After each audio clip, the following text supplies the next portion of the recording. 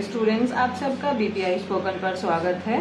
और आज का जो आर्टिकल है वो काफी इंटरेस्टिंग है क्योंकि हमें एक अच्छी इन्फॉर्मेशन भी ये प्रोवाइड करेगा। और इसमें पता है क्या है, आज हम एक ना ये सीखेंगे सबवेंशन स्कीम। सबवेंशन स्कीम क्या होती है? एक्चुअली सबवेंशन का ही मतलब होता है छूट, है ना। जैसे हमें सब्सिडी मिलती है जो, उसको भी हम सबवेंशन कहते हैं।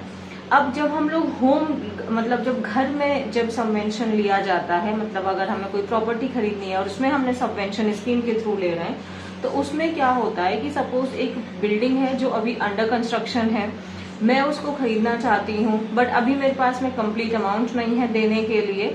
तो ऐसे में ना एक आपका जो बिल्डर है वो आपको बोलेगा कि एक सबवेंशन स्कीम के थ्रू हम इसको खरीद लेते हैं। उसमें क्या होगा कि मान लो एक अलग अलग तरीके से प्लान होते हैं, मान लो 20-80 का हो गया या 75-15 का हो गया, इस तरीके से रहेगा।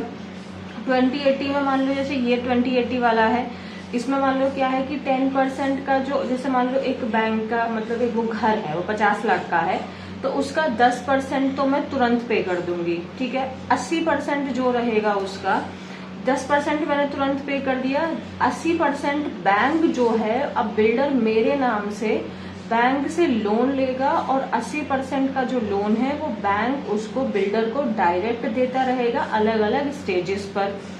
अब कितना हो गया? 90 हो गया। और 10% में जब उस घर का पोजेशन ले लूंगी उसके बाद में उस बिल्डर को 10% अमाउंट दे दूंगी। इससे क्या हुआ कि मेरे को हो गया कि हाँ चलो मैंने एक प्रॉपर्टी खरीदी है, उसका इतना पैसा है और मान लो मुझे उसका पोजेशन मान लो 3 साल में मिलने वाला है, तो मेरे पास में एक टाइम रहेगा कि मुझे इतना पैसा अरेंज करना होगा। तो इससे क्या आता है कि जैसे बायर के लिए टाइम मिल गया और उसको घर भी मिल रहा है ना, पैसे अरेंज करने के लिए, तो उसके लिए भी एक अच्छी सिचुएशन हो गई। और जो बिल्डर है उसको रिसोर्स मिल गया कि उसको पैसा मिल गया, क्योंकि देखो इससे क्या हुआ, जब बिल्डर अपने नाम से प्रॉपर्टी के लिए लेता तो उसको कमर्शियल के थ्रू ज्यादा उसको इंटरेस्ट पे करना पड़ता, बट जब वो एक नॉर्मल ऑर्डिनरी पर्सन के नाम से अपना लोन को डिसबर्स करवाता है तो उसको कम रेट पे इंटरेस्ट देना पड़ेगा, तो बिल्डर को भी फायदा रहेगा और बायर को भी फायदा रहेगा। तो ऐसी ही ये स्कीम होती है सबवेंशन स्कीम, बट इसके प्रोज भी होते हैं, मीन्स फायदे भी हैं और इसके कॉन्स भी हैं, डिसएडवांटेज भी हैं। तो आज हम देखते हैं, इसी फायदा तो मैंने बता दिया, अब डिसएडवांटेज क्या रहा है इस स्कीम का वो अब हम देखते हैं। जैसे यहाँ पे क्या दिया है, no coercive action on home buyers. Court ने ये बोला है कि कोई भी कोअर्सिव, इस शब्द को मार्क करो। कोअर्सिव का मतलब होता है जब हम अपनी ताकत का इस्तेमाल करते हैं किसी से कोई काम करवाने के लिए, है ना। Coercive means to use your energy, force, to use your force to persuade someone to do something. Like मैं कुछ काम करवाना चाहती हूँ तो मैं आपको डांट फटकार के जबरदस्ती करके वो आपसे काम करवा रही हूँ, तो इसको coercive कहते हैं। तो no coercive action on home buyers, मतलब जो होम बायर्स हैं जिन्होंने घर खरीदा है उनके ऊपर आप जोर जबरदस्ती नहीं करेंगे, बैंक को बोला है। Granted relief by supreme court buyers bearing Brunt of subvention scheme slam builders and bank. Means यहाँ पे जो आपका जो सुप्रीम कोर्ट है उनका एक ऑर्डर आया है, उन्होंने क्या बोला है कि आप होम बायर्स के ऊपर में कोई भी जोर जबरदस्ती नहीं करेंगे। ग्रांट किया मतलब उनको अलाउ किया, परमिशन मतलब उनको अलाउ किया है, रिलीफ थोड़ा सा आराम है। बायर्स को जो बियर कर रहे हैं, जो भुगत रहे हैं ब्रंट का मतलब होता है किसी भी चीज का बुरा परिणाम, किसी भी चीज का बैड रिजल्ट। जैसे कहते हैं कि पढ़ाई नहीं करोगे then you have to bear the brunt of it, means इसका गलत रिजल्ट आएगा तो मैं उसको झेलना पड़ेगा। तो Brunt means the wrong thing, the something that is bad, है ना। सो जो बायर्स हैं जो झेल रहे हैं गलत परिणाम को ऑफ सबवेंशन स्कीम का। स्लैम बिल्डर्स, अच्छा एक तो स्लैम का मतलब होता है जब दरवाजा वगैरह जोर से पटक देते हैं उसको भी स्लैम कहते हैं, लेकिन यहाँ पे आप याद रखिए if you slam somebody that means you criticise somebody. तो यहाँ पे स्लैम का मतलब क्या हुआ, क्रिटिसाइज करना। तो जो सुप्रीम कोर्ट है उन्होंने बिल्डर्स और बैंक को क्रिटिसाइज किया है क्योंकि वो जो होम बायर्स हैं उनके साथ में उन्होंने गलत किया है। यहाँ तक क्लियर है।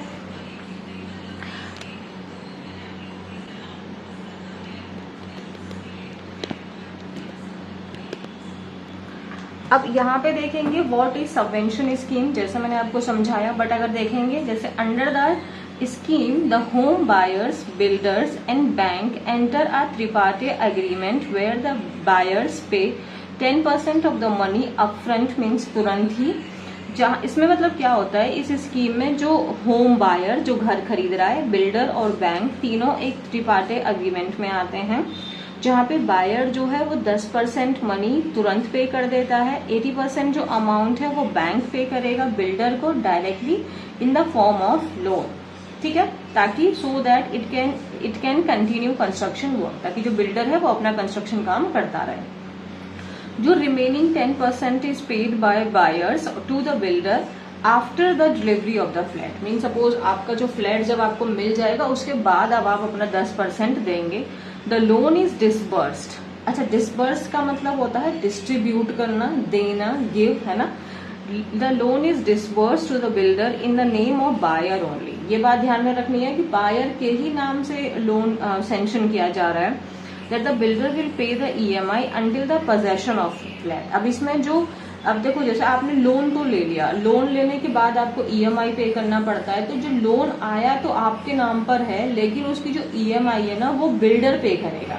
यही इसमें फायदा है कि आपको अपने घर मिलने तक EMI पे नहीं करनी है, आपको बाद में पे करना है, ठीक है। इसीलिए 15,000 approximately number of buyers in Noida and Greater Noida who are stuck.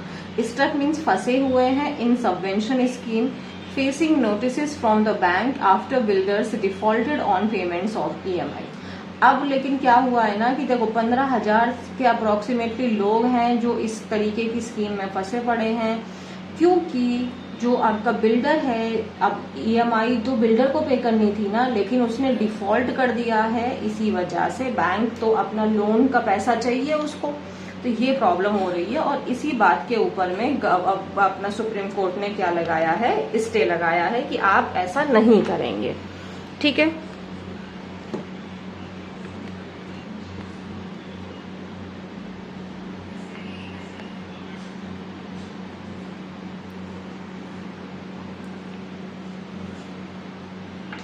अब देखो, when Dheeraj Sharma 44 migrated from Firozabad in Uttar Pradesh to take up a private job in Noida 2 decades ago, he had one dream, a home of his own with dedicated rooms for his 2 children. तो यहाँ पे एक person की story बताई गई है कि जो धीरज शर्मा हैं जो 44 इयर्स के हैं। माइग्रेट करना मीन्स मूव करना, migrate means to move from one city to another, one state to another, from Firozabad Uttar Pradesh से, to take up a private job in Noida 2 decades, decades मतलब 10 होता है, तो 20 साल पहले वो फिरोजाबाद उत्तर प्रदेश से यहाँ आए थे नोएडा में, ठीक है। उनका भी एक सपना ही था कि एक अपना घर हो जिसमें उनके बच्चों के लिए अपने अपने रूम होने चाहिए, ठीक है। In 2015 he booked a 2 BHK flat in Amrapali, a Centurion Park in Greater Noida by availing the subvention scheme. तो 2015 में उन्होंने एक 2 BHK फ्लैट जो है वो आम्रपाली के जो ये ग्रेटर नोएडा है वहां पे अपना बुक किया। बाय अवेलिंग, अवेल करना मीन्स किसी चीज का फायदा उठाना, ठीक है। अवेल करना means to take advantage of something. By availing the subvention scheme, तो जो सबवेंशन प्लान था उसको उन्होंने अवेल किया, मीन्स उसको उन्होंने अडॉप्ट किया, उसको लिया, ऑप्ट किया, सॉरी। 9 years ऑन, 9 साल हो गए हैं। Sharma is yet to see a trace of the promised house for which he had paid ₹7 lakh।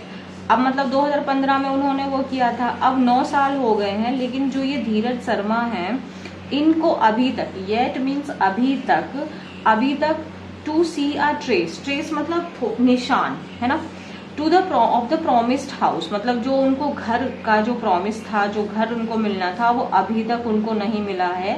And for which he had paid ₹7 lakh, और वो उस घर के लिए ऑलरेडी 7 लाख रुपए चुका चुके हैं। On the other hand, the last few years have been a nightmare for him, with the banks bombarding him with notices asking him to pay the remaining amount। और एक तो 7 लाख उन्होंने चुका दिया है, पिछले 9 सालों से उनको अब कुछ घर का कोई अता पता नहीं है, और उसके ऊपर भी क्या हो रहा है कि पिछले कुछ सालों से, द लास्ट फ्यू ईयर्स, पिछले कुछ साल जो है बीन अ नाइटमेयर। नाइटमेयर मतलब एक बुरा सपना, अनप्लीजेंट, नाइटमेयर का मतलब एक बुरा सपना, अनप्लीजेंट ड्रीम, ठीक है, a frightening dream for him with the banks bombarding. अब यहाँ पे एक दूसरा शब्द आया, बॉम्बार्डिंग। बॉम्बार्ड का मतलब एक्चुअली होता है गोलीबारी जैसे, मतलब बहुत ज्यादा जब एक साथ में बंदूकें चल रही हैं। लेकिन यहाँ पे बॉम्बार्डिंग का मतलब यहाँ पे बंदूकों गोलियों से नहीं है। यहाँ पे बॉम्बार्ड का मतलब हुआ, यहाँ पे बॉम्बार्ड का मतलब है जब आपके ऊपर में कोई बहुत ज्यादा चीजों से अटैक कर रहा है ना। तो अब जो बैंक है उनको नोटिस पे नोटिस भेजे जा रहा है, आस्किंग हिम टू पे द रिमेनिंग अमाउंट। ठीक है, यहां तक हो गया। एक तो उनको घर नहीं मिला, ऊपर से बैंक भी परेशान कर रहा है। Lawyers like Sarma, a recent order from the Supreme Court has brought some relief, with the court directing the bank not to take any coercive action against the buyer who booked a flat under subvention plan and are yet to get possession of their flats. अभी जो bank उनको bombard कर रहा है, means बहुत सारे notice भेज रहा है, अब उसको रोकते हुए जो हमारा सुप्रीम कोर्ट है उन्होंने एक ऑर्डर दिया है। जैसे होम बायर्स शर्मा जो धीरज शर्मा जी हैं उनके जैसे एक रिसेंट ऑर्डर आया है सुप्रीम कोर्ट से, जिसने हैज ब्रॉट सम रिलीफ, कुछ राहत लेकर आया है वो, जिसमें कोर्ट ने डायरेक्ट किया है, आदेश दिया है बैंक को not to take any coercive action, कि कोई भी वो जबरदस्ती ना करें बायर्स के खिलाफ में जिन्होंने फ्लैट लिया था सबवेंशन प्लान के थ्रू एंड अभी भी उनको अपना पोजेशन नहीं मिला है। तो ऐसे में आप जबरदस्ती नहीं करेंगे। Under the subvention scheme, the banks or financial institutions would disburse the sanctioned amount directly to the builder who is supposed to pay the pre-EMI or full EMI until the possession of the flat is handed over to the home buyers. वही बताया subvention scheme में क्या होता है। Subvention scheme में वही है, जो बैंक है और जो फाइनेंशियल इंस्टीट्यूट है वो डिस्पर्स कर देंगे, मीन्स पैसे दे देंगे। डिस्पर्स करना मीन्स डिस्ट्रीब्यूट करना। द सेंशनड अमाउंट, जितना अमाउंट हमने बात की गई है, ठीक है। सेंशन करना मीन्स उसको जो ऑफिशियली देना, डायरेक्टली बिल्डर्स को दे देंगे।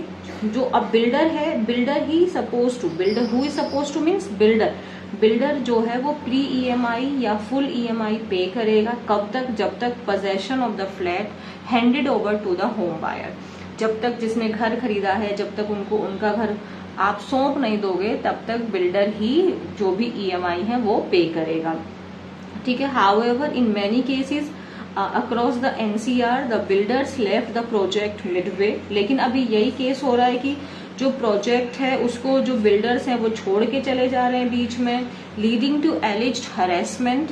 एलिज्ड, मार्क करो इस शब्द को। एलिज्ड का मतलब होता है किसी के ऊपर आरोप लगाना, बट अभी आपके पास में कोई प्रूफ नहीं है। आप आरोप तो लगा रहे हैं बट आपके पास उस आरोप का कोई प्रूफ नहीं है। सो अब उसमें जैसे एनसीआर में बहुत सारे ऐसे बिल्डर्स हैं जो अपने प्रोजेक्ट को मिडवे में ही छोड़ के चले जा रहे हैं। वो ऐसा आरोप लगा रहे हैं कि उनको हरेसमेंट किया जा रहा है होम बायर्स के थ्रू, क्योंकि जो बैंक्स हैं as the loan were taken in their name. Home buyers उनको बोल रहे होंगे घर आप जल्दी से बनाइए या ऐसा कुछ है, क्योंकि बैंक जो है वो होम बायर के ऊपर में आपका वो उनको जबरदस्ती कर रहा है। नरेटिंग हिज ऑडियल, ऑडियल का मतलब मार्क करो इस शब्द को। ऑडियल मतलब होता है जब हमारे साथ में बुरा एक्सपीरियंस हुआ हो, so the bad experience. I bought the flat, अब वो अपने एक्सपीरियंस को सुनाते हुए क्या कहते हैं कि मैंने फ्लैट खरीदा था जिसकी कीमत थी 30 लाख, ठीक है। I did not have the money, मेरे पास पैसा नहीं था, but I wanted a flat, मैं एक फ्लैट चाहता था अपने बच्चों के लिए किसी भी कीमत पर, एट एनी कॉस्ट मतलब किसी भी कीमत पर। The builder told me about a subvention plan, builder ने मुझे इस सबवेंशन प्लान के बारे में बताया। And I thought it would be a good opportunity as it will give me 3 years time to arrange the money. तो वही वाली बात जो मैंने आपको बताई थी, बिल्डर ने मुझे क्या बताया, सबवेंशन प्लान के बारे में बताया, और मैंने सोचा कि ये एक अच्छी चीज रहेगी मेरे को, है ना, it will be a good opportunity, क्योंकि मेरे पास भी टाइम रहेगा 3 सालों का पैसा अरेंज करने के लिए। And the builder will pay the EMI, EMI सिर्फ और सिर्फ इंटरेस्ट वाला पार्ट वो पे करेगा। till the delivery of the flat, and they got a loan of rupees 17.80 lakh in my name. A total of 21 lakh loan was sanctioned on my flat. तो अगर total देखा जाए तो 21 लाख का लोन जो है वो मेरे फ्लैट पे मेरे नाम से सैंक्शन हुआ था, अलॉट हुआ था. But the builder paid the EMI only for 6 months and disappeared. लेकिन बिल्डर ने सिर्फ 6 महीने तक ही EMI को पे किया और उसके बाद वो गायब हो गया, ऐसा शर्मा जी का कहना है. ये जो हु आता है ये अपने एंटीसीडेंट के लिए आता है. शर्मा जी हुस यानी हु मतलब जो शर्मा जी हैं वो कहाँ काम करते हैं, works at a private university in Noida. ठीक है. He said that despite means के बावजूद, डिस्पाइट के साथ ऑफ नहीं आता है. ही सेड दैट डिस्पाइट, और डिस्पाइट प्रेपोजिशन है इसलिए यहाँ पे ING आया हुआ है. He said that despite buying a flat he is still living on rent in sector 122. तो उन्होंने कहा कि डिस्पाइट मीन्स घर खरीदने के बावजूद, फ्लैट खरीदने के बावजूद वो अभी भी रेंट पर ही रह रहे हैं. और I am paying rupees 15,000 rent every month, और मैं हर महीने 15,000 का रेंट पे कर रहा हूँ, है ना. At the same time the banks are sending me notice demanding payment of dues. अब मैं 15,000 का तो जहां रह रहा हूँ वहां पे कर रहा हूँ, और इसी समय पे जो बैंक है वो मुझे नोटिस भेज रहे हैं, वो डिमांड कर रहे हैं पेमेंट की जो बकाया है. They have declared my account a non performing asset. उन्होंने मेरे अकाउंट को नॉन परफॉर्मिंग एसेट घोषित कर दिया है. ये एक बैंकिंग टर्म है. नॉन परफॉर्मिंग एसेट वो बैंक अकाउंट होते हैं जो आप अपना पैसा लिया है बट आप उसमें वापस नहीं कर रहे हैं, तो आपका, और कुछ आई थिंक जब याद नहीं आ रहा है 90 दिन के लिए होता है शायद, है ना, कि अगर आपने इतने दिनों तक अपना लोन का इंटरेस्ट आप नहीं पे कर रहे हैं तो आपका, और आप अपना जो लोन का अमाउंट है वो पे नहीं कर रहे हैं तो आपका अकाउंट NPA में चला जाता है. इससे आपका सिविल स्कोर जो आगे दिया हुआ है. Once I needed to take a loan but could not borrow a penny because the bank spoiled my civil score. है ना. अब जैसे आपका अगर अकाउंट NPA में चला गया तो इससे क्या होता है कि अब आपका सिविल जो स्कोर है, जो आपको क्रेडिबिलिटी जो स्कोर है आपका, वो खराब हो जाता है. और कोई भी बैंक किसी भी खराब क्रेडिबिलिटी वाले इंसान को अपना पैसा क्यों देगा. तो अब यही हो रहा है कि once I needed to take a loan but could not borrow a penny because the bank spoiled my CIBIL score. कि मुझे पैसा चाहिए, है ना, मुझे पैसा चाहिए था, लोन लेना था मुझे, लेकिन मैं नहीं ले सकता. I could not borrow a पेनी, मैं 1 रुपया भी नहीं ले सका क्योंकि जो बैंक है उसने मेरा सिविल स्कोर खराब कर दिया है. Now the banks are saying that I have a liability means responsibility. I have a liability of rupees 55 lakh and I have to pay rupees 66,000 per month as EMI to clear the dues. Will have to का मतलब होता है ये काम आपको करना ही होगा. जैसे अगर फ्यूचर में करना होगा तो will have to, प्रेजेंट में करना होता है तो have to या has to. जैसे I have to do this work, मुझे ये काम करना ही होता है ना, मुझे ये काम करना ही पड़ा. I had to do this work. तुम्हें सुबह जल्दी जगना ही पड़ेगा. You will have to wake up early in the morning. तो अभी क्या बोल रहा है कि नाउ द बैंक्स क्या कह रहे हैं कि मेरे पास मेरी जिम्मेदारी है, मेरा मतलब मेरे पास उनका 55 लाख का लोन है और मुझे हर महीने 66,000 पर मंथ उनको देना पड़ेगा EMI की तरह, ताकि जो मेरे ड्यूज हैं जो मैं उसको क्लियर कर सकूं. I didn't even make that much money every month. मतलब मैं तो इतना पैसा कमाता भी नहीं हूँ, मतलब 66,000 तो एवरी मंथ में कमाता भी नहीं हूँ. And how will I be able to repay this loan. मैं इस लोन को कैसे रीपे करूंगा, मैं तो इतना पैसा कमाता भी नहीं हूँ. On the Supreme Court order, he said, of course the stay order is a relief for buyers like us. उन्होंने मतलब स्टे जो लगा है उस पे उन्होंने बोला है कि डेफिनेटली जो स्टे लगा है वो एक राहत है हमारे जैसे बायर्स के लिए. लेकिन but our hope is that the court gives a clear decision in this. लेकिन हम उम्मीद करते हैं कि जो कोर्ट है वो एक क्लियर डिसीजन दे इस बात पे, which has a clear roadmap to solve the problems of this subvention scheme. जिससे क्या हो कि एक क्लियर रोड मैप आए इस सबवेंशन स्कीम का जो प्रॉब्लम है उसको एक क्लियर कट रोड मैप आए इसको सॉल्व करने के लिए। तो यहाँ तक हो गया। यहाँ पे एक डिफरेंट पर्सन की और स्टोरी दी हुई है, तो वो अभी हम नहीं करेंगे, इतना हमारे लिए काफी है। सबवेंशन स्कीम क्या होता है and so many other vocabulary we have learned in today's class. I hope आपको अच्छी लग रही है क्लासेस, आपको मजा आ रहा है पढ़ने में, तो बस ऐसे ही बने रहिए। चैनल सब्सक्राइब कर दीजिए, वीडियोस को लाइक एंड शेयर करना ना भूलें। Thank you very much.